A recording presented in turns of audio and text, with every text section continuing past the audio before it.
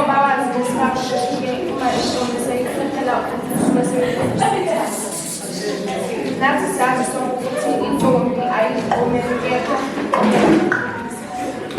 lapho esibakele uyazi ukuthi-ke njengoba-ke sobhugaxa akuchazi ukuthi uzakwethu uzobisanilalisile kanjani.